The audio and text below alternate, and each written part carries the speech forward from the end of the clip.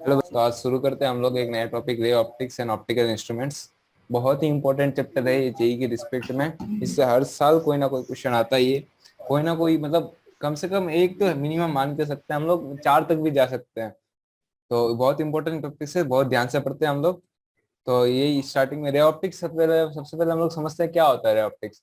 तो ray optics मतलब होता है कि लाइट की हम लोग दिशा और दशा हम लोग तय करते हैं कि लाइट किस दिशा में जा रही है, किस दशा में जा रही है, लाइट की डायरेक्शन क्या होगी, लाइट अगर किसी चीज पे गिरेगी वो किस डायरेक्शन में जाएगी, in which direction will it go, इधर इट विल रिफ्रैक्ट रिफ्रैक्ट, मतलब उसके अंदर घुस जाएगी या उसके बाहरी सरफेस से टकरा के वापस रिटर्न हो जाएगी। जैसे हम लोग देखते हैं कोई चीज चमकती है, कोई चीज चमकती नहीं है। उसका हम लोग काफी चीजें, काफी फिनोमिनन देखते हैं कि हम लोग पानी के अंदर लाइट से कभी कभार पानी भी चमकता है, अगर आप ऑब्जर्व किए हो। तो वो सब चीजें आज हम लोग डिस्कस करने चाहते हैं। उसके बाद हम लोग थोड़े बहुत इंस्ट्रूमेंट्स देखेंगे जिनकी वजह से हम लोग लाइट के काफी कैरेक्टरिस्टिक्स हम लोग डिफाइन कर सकते हैं। तो आज हम लोग शुरू करते हैं ये रे ऑप्टिक्स। वही यहाँ पे वही लिखा हुआ है कि ह्यूमन आई दिया हुआ अपने को। हाँ, ये बात तो कहनी पड़ेगी कि नेचर ने अपने को बहुत ही इंपॉर्टेंट चीज ह्यूमन आई, मतलब इसके बिना तो आजकल दुनिया छोड़ो, कुछ भी नहीं चल सकता है। और सबसे बड़ा इंपॉर्टेंट है, इसमें एक रेटिना नाम की चीज होती है, हमारे हमारे आंखों के पीछे वाले साइड में एक पर्दा टाइप का रहता है, बहुत सेंसिटिव रहता है, जिसमें लाइट के रेस पड़ते हैं।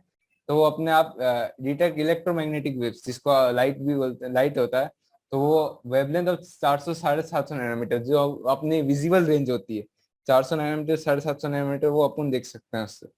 वो यहाँ पे लिखा हुआ लाइट की स्पीड जो है 2.99 इंटू 3 × 10⁸ मीटर पर सेकेंड है, मतलब 3 लाख किलोमीटर पर सेकेंड में लाइट जा सकती है। एक बार सोच के भी देखें, 3 लाख किलोमीटर। तो पाथ, जो ही लिखा लाइट जिस से चले उसको पाथ बोलते हैं, और बंडल ऑफ सच लाइट इसको बीम। वही हम लोग बोलते हैं तेज और किरण। तो वही अब यहाँ पे हम लोग को पता है कि कांच में गिरेगी तो लाइट कैसे बिहेव करेगी, ऐसे रिफ्लेक्ट करती है लाइट। तो आप लोग को ये भी पता है, दो इंपॉर्टेंट प्रॉपर्टीज है लाइट के रिफ्लेक्शन के। एक ये angle of incidence, angle of incidence equal to angle of reflection होगा। और एक दूसरा बात क्या होगा, ये नॉर्मल हमेशा इसके परपेंडिकुलर। ये बहुत इंपॉर्टेंट बात है कि अपन किस रिस्पेक्ट में एंगल कैलकुलेट कर रहे हैं, कहाँ से हम लोग कैलकुलेट कर रहे हैं। तो जो भी लाइट यहाँ से गिरी, और मिरर एकदम एकदम प्लेन होता है। तो मिरर, ये प्लेन मिरर कहते हैं इसको, एकदम सफेद सपाट। उसके बाद अपन वही प्लेन मिरर, उसके बाद अपने को पता है दो दो दो तरीके के और मिरर्स होते हैं अपने को पता है, कन्वेक्स मिरर और कॉनकेव मिरर। जिसमें कॉनकेव मिरर बहुत इंपॉर्टेंट है, कॉनकेव और कॉन्वेक्स दोनों ही इंपॉर्टेंट, दोनों ही रियल लाइफ में यूज होते हैं। वही इसके थोड़े बहुत दिए हुए signing dimensions, height, position, upward, height, downwards. वही मिरर दिया हुआ एक्स एक्सिस। पार्टीशन देखते हैं कि अगर हाइट अपने को ऊपर दी हुई है तो अपन मानते हैं उसको वो पॉजिटिव हाइट है, और अगर वो उसके नीचे खड़ा है इस लाइन के नीचे तो अपन उसको मानते हैं नेगेटिव हाइट है। उसके बाद नेक्स्ट है focal length of circle, spherical. दो चीज होती है, एक होती है सी, एक होता है एफ। एफ होता है फोकल लेंथ, मतलब यहाँ से यहाँ तक की दूरी जो उसको फोकल लेंथ बोलते हैं। सी क्या है, अपने को इस मिरर को अगर पूरा कर देंगे, सी उसका सेंटर आएगा, सेंटर ऑफ कर्वेचर जिसको बोलते हैं। और एफ क्या है, इन दोनों के बीच की दूरी। एफ वो पॉइंट होता है अगर सारे पैरेलल, मतलब इन हम लोग मानते हैं कि इनफाइनाइट से अगर लाइट आ रही है, सारे यहाँ पे आके टकराएगी। वही चीज यहाँ पे भी, ये कॉन्वेक्स मिरर है तो यहाँ पे आके टकराएगी, कहाँ कहाँ पे, यहाँ पे आके टकराएगी। Focus of concave mirror and convex mirror, वही है। उसके बाद यहाँ पे यही वही, यहाँ पे वही बात बोल रहे हैं। अच्छा, एक बात है कि नॉर्मल हमेशा कहाँ से जाएगा, अपने को पता है मैथ्स के वजह से, नॉर्मल हमेशा सेंटर से जाएगा। तो यहाँ पे अपन डायरेक्ट यहाँ से एक लाइन खींच सकते हैं नॉर्मल यहाँ पे। तो अपन यहाँ से देखेंगे एंगल थीटा है, ये एंगल थीटा है। या अब मैं बोला था ना नॉर्मल इंपॉर्टेंट है, क्यों? क्योंकि अपन मेजर कहाँ से करेंगे, ये थीटा, तो इसी लाइन के रिस्पेक्ट में अपन ये मेजर कर रहे हैं। तो ये थीटा है, ये भी थीटा है। तो ये 2 थीटा, तो हम लोग से यहाँ से कैलकुलेट कर सकते हैं कि focal length equal to CD/2 होता है। यही प्रूफ आ सकता है आपके स्कूल स्कूल के क्वेश्चंस में। जेई जेई में याद रखने वाली बात है कि F = R/2, इस डिस्टेंस को R कहते हैं और उस डिस्टेंस को F कहते हैं। तो यही वही कैलकुलेशन है। और उसके बाद इसी को ऊपर आगे बढ़ाते बढ़ाते एक कैलकुलेशन, बहुत ही इंपॉर्टेंट फॉर्मूला। इस फॉर्मूले पे तो पूरा मिरर टिका हुआ है, 1+1/V+1/U = 1/F। इस फॉर्मूले को रट लो, राम नाम जटना, इस फॉर्मूले को याद रखना। 1/V+1/U = 1/F, और यही सेम फॉर्मूला प्लस की जगह माइनस कर दो, लेंस का बन जाएगा। M = H'/H। M को बोलते हैं हम लोग मैग्निफिकेशन। फिर एक H हाइट की ऑब्जेक्टिव वो कितनी बड़ी हो गई इमेज में, तो वही होगा H'/H। वही माइनस, वही हम लोग थोड़े बहुत कैलकुलेशन कर सकते हैं इसकी वजह से। H dash by h equal to minus v by u हम लोग भी बोल सकते हैं। वही एक क्वेश्चन हम लोग देखते हैं। Suppose the lower half of the convex mirror of concave mirror reflecting the surfaces, this one is covered up in opaque. अच्छा हाँ, इसमें एक इम्पोर्टेंट बात, ये क्वेश्चन आया था मेरे को याद है शायद, कि अपन अगर पूरा मिरर ऐसे पीछे सिल्वरिंग होता है उसका, तो अपन उसका आधा कर देंगे तो क्या होगा, कि आधे से पास होगी नहीं होगी, क्या होगा, इमेज कैसे बनेगा, छोटा बनेगा, आधा बनेगा क्या?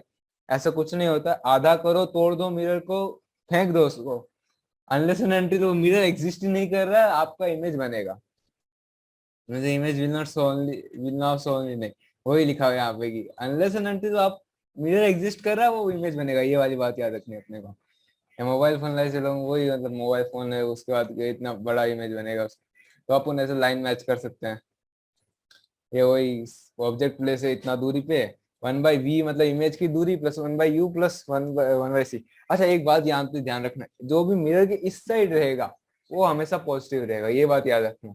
सॉरी, ये वो हमेशा यहाँ पे इस साइड रहेगा, जो भी मतलब जहां से रिफ्लेक्शन हो रहा है वहां पे हमेशा पॉजिटिव रहेगा, नेगेटिव रहेगा, सॉरी, बार बार आज पॉजिटिव क्या बोल रहा हूँ, नेगेटिव रहेगा। और जहां पे इमेज के सिल्वरिंग साइड में हमेशा पॉजिटिव रहेगा, ये कन्वेंशन है। v equal to f u by u minus f, ये सब फॉर्मूला हम लोग डिराइव कर सकते हैं। फिर एक ये नेक्स्ट इंपॉर्टेंट कॉन्सेप्ट है रिफ्लेक्शन, बहुत इंपॉर्टेंट। हम लोग हर दुनिया में हर जगह देखते हैं, तो पानी में भी देखते हैं कि हम लोग देखते हैं कि पानी की हमेशा ऊंचाई, अगर ऊंची दिखती है पानी अपने को पानी और उससे एक्चुअल गहराई अपने को जितनी दिखती है उससे ज्यादा होती है। इसलिए हमेशा जब भी हम लोग पानी में उतरे तो हम लोग इस बात का ध्यान रखें, हम लोग कोई चीज सपोर्ट लेके उतरे। क्या होता है कभी कभार हम लोग ज्यादा ही नीचे चले जाते हैं, तो उससे अपने को ड्रॉन की चांसेस भी हो सकते हैं, हम लोग डूब भी सकते हैं। तो उस प्रिकॉशंस के साथ हम लोग चले। अपन ये सब क्यों पढ़ रहे, ताकि अपन रियल लाइफ में बच सके, रियल लाइफ सिनेरियोस में हम लोग अच्छे से कर सके। तो ये वही रिफ्लेक्शन ऑफ रिफ्लेक्शन का बात हो रही है। I sine I by sine R equal to refractive index, बहुत इंपॉर्टेंट फॉर्मूला। रिफ्रेक्टिव इंडेक्स अपन इससे निकाल सकते हैं sine I by sine R से। n1 2 वही चीज, n1 2 n1 2 1 के 1 होता है। अपन मानते हैं कि क्या होता है, एयर की डेंसिटी 1 होती है, एक्चुअल में एयर की डेंसिटी 1 से थोड़ी हाई होती है, 1 पॉइंट समथिंग होती है। किंतु आप लोग मानते हैं कि एयर पूरी तरह से वैक्यूम है, जनरल फॉर कैलकुलेशन। अदरवाइज अगर रियल लाइफ सिनेरियो में तो थोड़ा सा, तो मास मास डेंसिटी पे डिपेंड करती है, जो जितना भारी होगा उतना लाइट को अंदर खींचता रहेगा, वो सब बातें हैं। टोटल इंटरनल रिफ्लेक्शन, अच्छा हाँ ये बात भी होती है कि एक बात घूमते घूमते घूमते घूमते इतना आ जाता है कि इसकी भी एक लिमिट है ना। अगर आप ज्यादा फैल रहे हो, मतलब अगर गहराई कम है, मतलब जाड़ा नहीं है ये सब्सटेंस, तब तो मतलब कम जाड़ा है इससे, तब तो वो ज्यादा घुमाएगा ना बात को। वो क्या है, n2 1 क्या है, refractive index of 2 with respect to 1। तो अगर 2 कम ज्यादा है तो वो ज्यादा घुमा रहा है ना लाइट को, मतलब जितना आया उससे ज्यादा घुमा के इधर लेके आ। तो ऐसा भी तो हो सकता है घुमाते घुमाते इतना हो जाए कि वो रिफ्लेक्शन ही कर जाए। उसको बोलते हैं टोटल इंटर रिफ्लेक्शन, कि वो कौन सा एंगल है इसके ऊपर अगर हम लोग लाइट गिराए तो अपने अपनी लाइट घूम जाएगी, रिफ्लेक्ट हो जाएगी रिफ्लेक्ट की जगह। वही अपन निकाल सकते हैं sine i c equal to n2 1।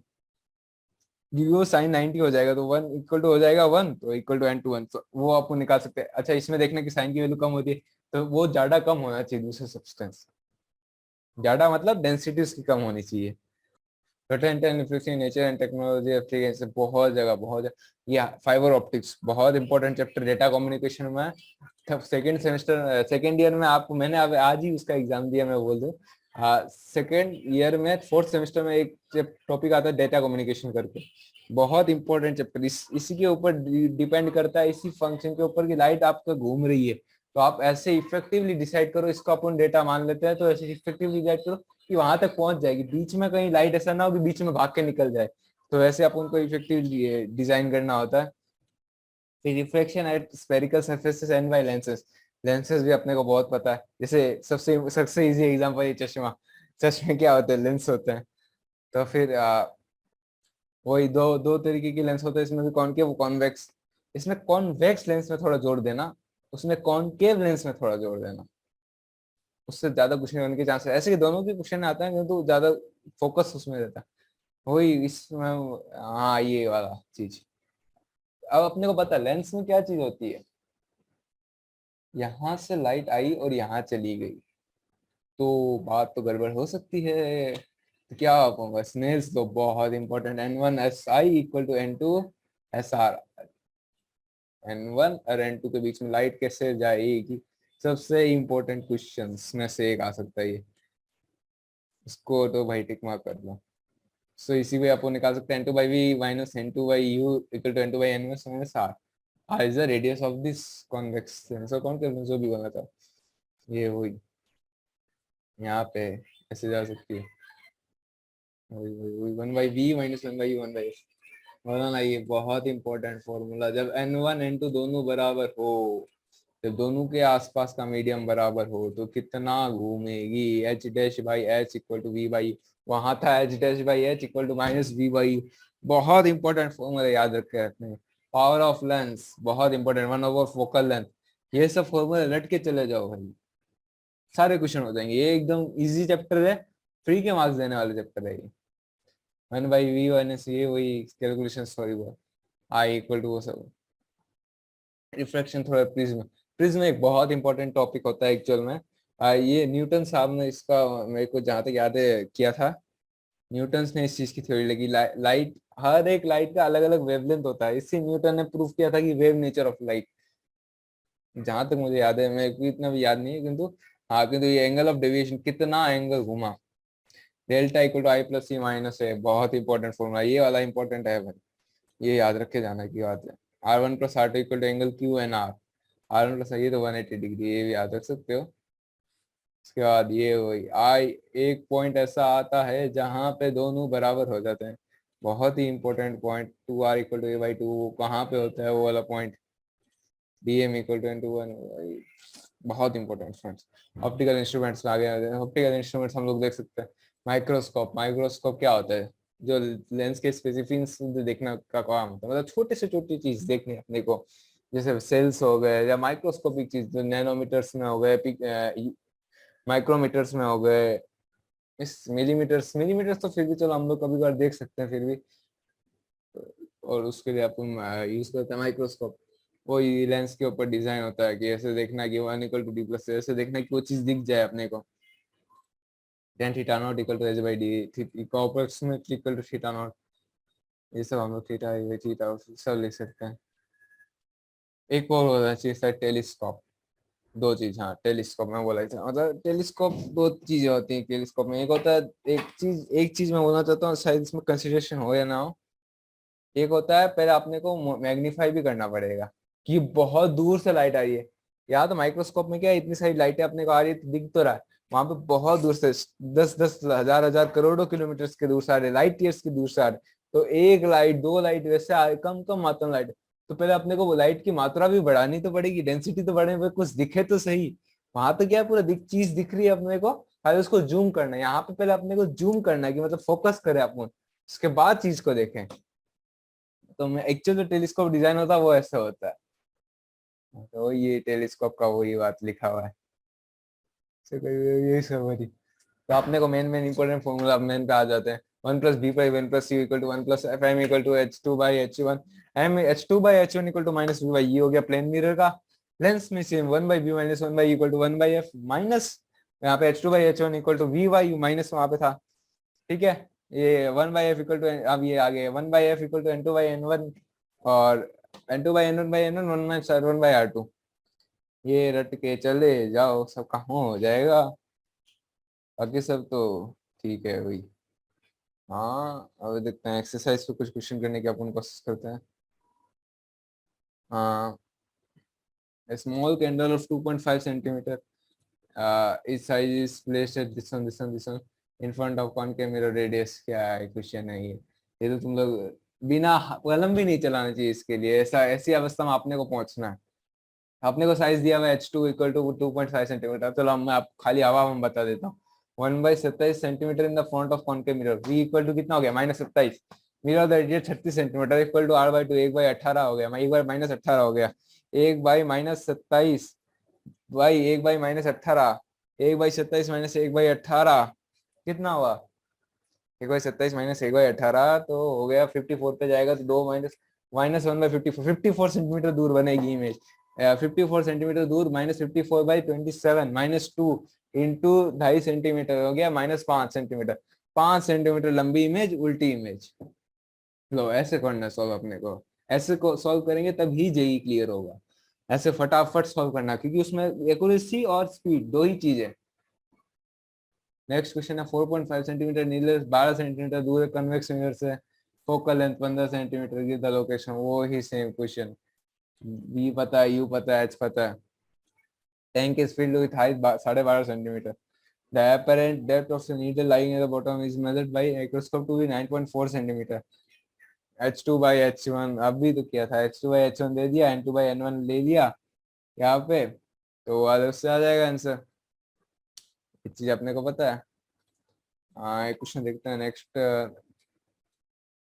So reflection of the index at 60 degree with the normal to a glass air and water air respectively angle और है यार, क्या sine i equal to n two by n over. यार इतना easy question अपने को देखते ही कर देना बस।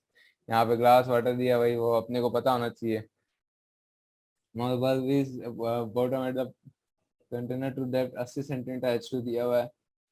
Area of the surface of water so its light will पर की मतलब वही अपने को यहाँ ऐसे ऐसे निकाल सकते हैं कि लास्ट कहाँ तक जाएगी अपने पास, लास्ट यहाँ तक ऐसे जाएगी अपने पास, तो अपने को पता होना चाहिए कैसे करने का। इसमें मेन अपन क्या कर सकते हैं, H2 बाई H1 मतलब यहाँ 90 डिग्री निकालना है अपने को। मेन कॉन्सेप्ट ये है। तो R3 दिया हुआ तो मतलब 90 डिग्री कौन से एंगल पे आएगा, उतना का एरिया निकाल दो बस। 4 पाई R को इंटू 1 प्लस अल्फा लगा दो। The prism of matte is going to be reflected in the sphere of light or first material prism is 40 degree. Angle of the minimum deviation is I plus C equal to A. ठीक है। What is the refractive index of material? The prism refracting angle is 60 degree. The prism is placed in water. हाँ ये भी हो जाएगा। A plus C equal to I equal to जब ये होता है तो वो 40 degree, A equal to 20 degree निकल गया तो हाँ A equal to 20 डिग्री निकल गया, तो अपन वहाँ पे वो भी निकाल सकते हैं। मेरे हिसाब से देना है चाहिए। प्रिज्म बहुत इंपॉर्टेंट ये चीज है प्रिज्म ऐसे तो। यस ये देखो R1 दिया हुआ है अपने को, R2 दिया हुआ है। I इक्वल टू ई होगा तभी एंगल डिवीजन होगा। इक्वल टू R/2 निकाल दिया अपन ने, तो फिर हाँ 2R equal to A/2 delta equal to i N2 by N1 equal to A plus DM/2 A/2। तो ये क्या है, डेविएशन, उससे वो अपन निकाल सकते हैं। उसके बाद नेक्स्ट क्वेश्चन अपन देखते हैं। Double side convex lens are to be measured from glass reflective index 1.5 versus radius of curvature. ठीक है यार, आर निकालना इसमें बस वो दे दिया यार एक्स्ट्रा। फोकस फोकल तो निकाल ही सकते हैं अपन।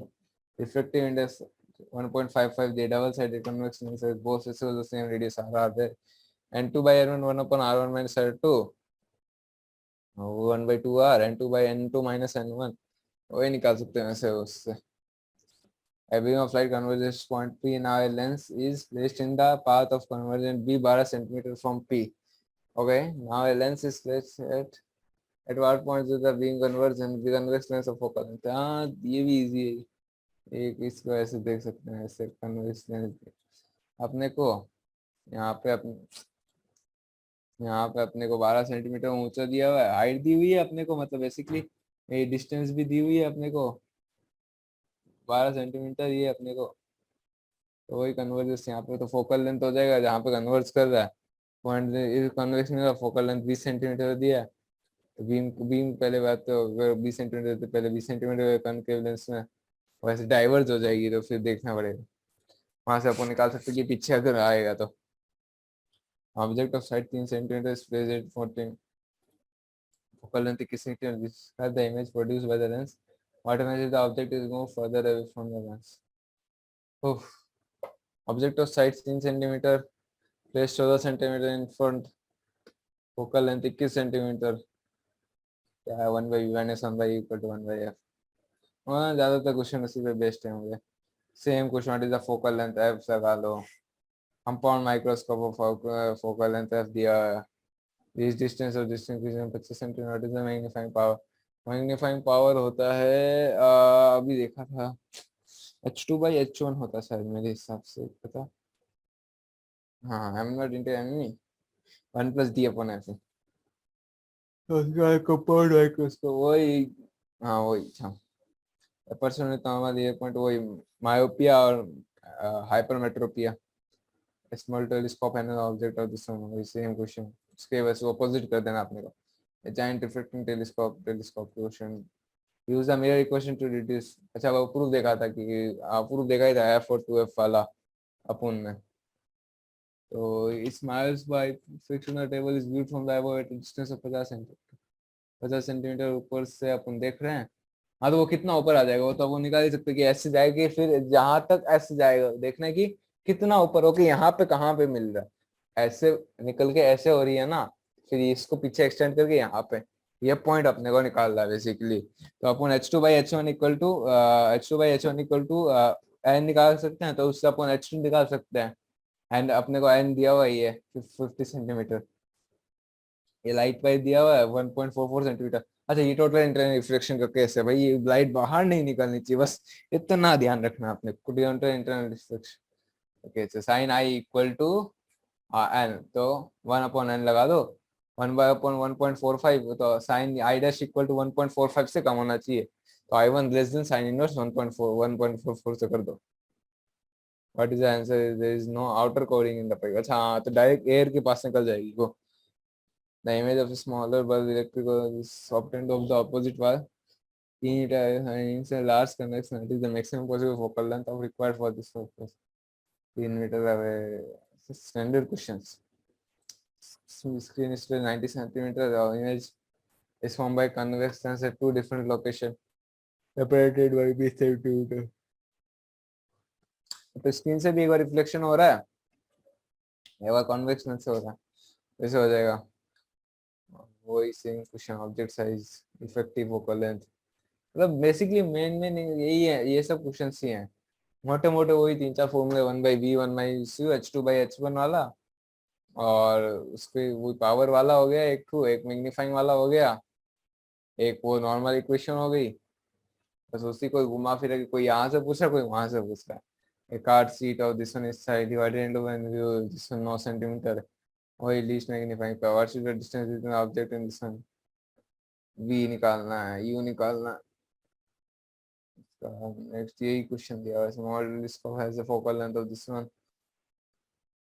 the telescope is a normal adjustment for the final image, telescope is found the least distance, वही same question, magnification of 36 is desired using an objective focal length of 1.25 centimeter and eyepiece of focal length 5 centimeter, वही 30x मतलब H2/H1 equal to 30, मैंने v by u भी 40 बोल सकते हो, तो अपने को फोकल लेंथ दिया हुआ है, v दिया हुआ है, u दिया हुआ है, तो क्या निकाल सकते हैं, फोकल लेंथ निकाल सकते हैं, तो टेलीस्कोप, टेलीस्कोप यूज हमें सेम क्वेश्चन, टेलीस्कोप भाई, किंतु एक बात ध्यान, टेलीस्कोप और माइक्रोस्कोप हम लोग बहुत इंपॉर्टेंट क्वेश्चंस आते हैं, उससे आए भी हैं फास्ट में, और आएंगे तो उस दिन ज्यादातर लोग नहीं कर पाएंगे, क्योंकि लोग इग्नोर करके जाते हैं, अपने को इग्नोर नहीं करना, हाइट इंसिडेंट नॉर्मली 3.5 डिग्री है, 3.5 डिग्री को आपको 3.5 ही मान सकते, क्योंकि इसका डिग्री बहुत कम है, तो वो कर सकते हैं ऐसे, ये वही सेम क्वेश्चन, थोड़ा बहुत डायग्राम, ये मतलब इजी इजी क्वेश्चन से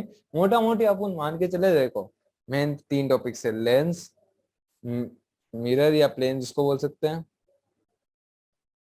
और माइक्रोस्कोप, टेलीस्कोप, भाई इन तीनों के 6 फॉर्मूला सेट मतलब याद करके चले जाओ, हो जाएगा अपना काम, जेई मेंस में अपने को 15 मार्क्स 12 मार्क्स मिल गए इस चक्कर में, गेट मार्क्स अपने को 16 मार्क्स मिल गए, क्या दिक्कत है, इतने इतने उसके देखें अपन, देखें ना क्या क्वेश्चन, कितने इजी इजी क्वेश्चन है, 1/v माइनस 1/u से आ रहे हैं क्वेश्चन, तो जेई मेंस में भी आते हैं इससे 1/v माइनस 1/u से, तो उससे बहुत इजी इजी क्वेश्चन आ रहे हैं, तो मेन यही सॉल्व करने से मन हो जाता है, 1/v, ये वाला एन चैप्टर मटेरियल्स एक बार देख के जाना चाहिए मेरे हिसाब से, ये बहुत इंपॉर्टेंट होता है, n/v equal to 1/v equal to 1/f, यही n2/n1/n2 1/r1 1/f1 plus f2 power equal to dioptre है, ये मैग्नीफाई f डॉट अपन यही l अपन f नॉट अपन d अपन f,